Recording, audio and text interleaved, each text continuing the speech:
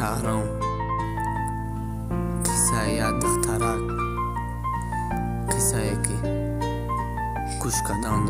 دلی سنگی را او میکنه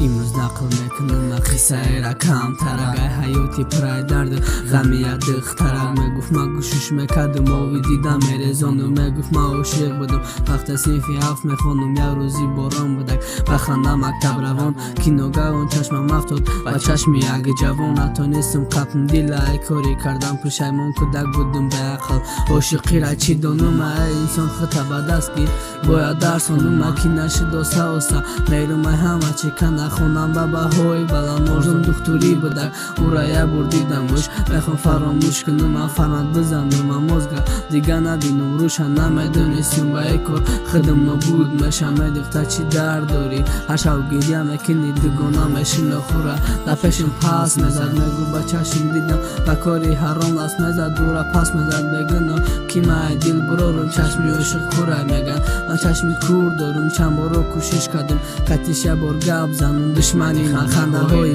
و در غروری خودم از تشویق دل ما اصلا لعنت نخوندم ما یکم باره ای کاری نکرده خود پشیمانم لعنت به هم موشوه که برای ما سهار شد